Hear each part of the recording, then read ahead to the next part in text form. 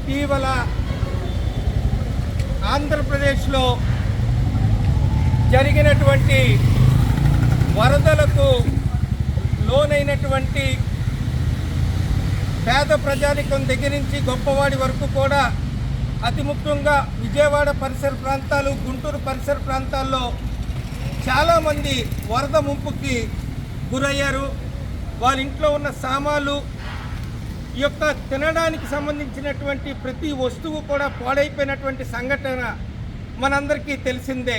మరి ఈరోజు ఆంధ్రప్రదేశ్లో ఉన్నటువంటి నిరుద్యోగులు, విద్యార్థులతో సైతం మేము సైతం ఈ యొక్క ప్రభుత్వంతో వరద బాధితులకు సహాయార్థం విజయవాడ వెళ్ళి సహాయం చేస్తామన్న ఒక నినాదంతో ఈరోజు విద్యార్థులు, నిరుద్యోగ యువత, యావత్ ఆంధ్రప్రదేశ్ మొత్తంగా మేమందరం కూడా ఈరోజు బయలుదేరి రేపు విజయవాడ చేరుకొని వరద బాధితులకు సహాయార్థం మేమందరం కూడా బాసటగా నిలిచి ఈ యొక్క రాష్ట్రంలో ప్రభుత్వానికి అండగా నిలవాలనుకుంటున్నాం.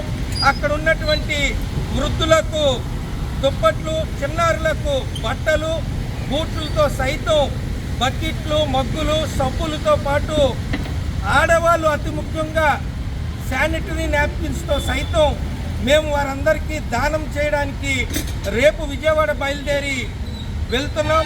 రాష్ట్ర వ్యాప్తంగా నిరుద్యోగులు, విద్యార్థులు ఈ యొక్క కార్యక్రమానికి శ్రీకారం చుట్టారు.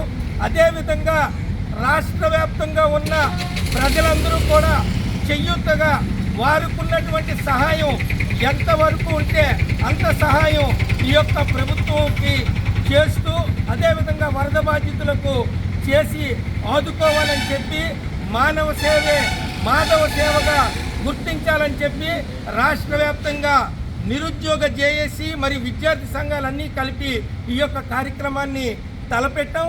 ఈ మా యొక్క సొంత నిధులు, మా ఇంట్లో వాళ్ళు మేమందరం కలిపి ఇచ్చినటువంటి నిధులతోటి చేస్తున్నటువంటి ఈ యొక్క కార్యక్రమాన్ని ఆదర్శంగా తీసుకొని ప్రతి ఒక్క కుటుంబం వరద బాధితులను విపత్తు వచ్చినప్పుడు ఇబ్బందులను ఎదుర్కొంటూ సహాయం చేయాలని చెప్పి పిలుపునిస్తున్నాం.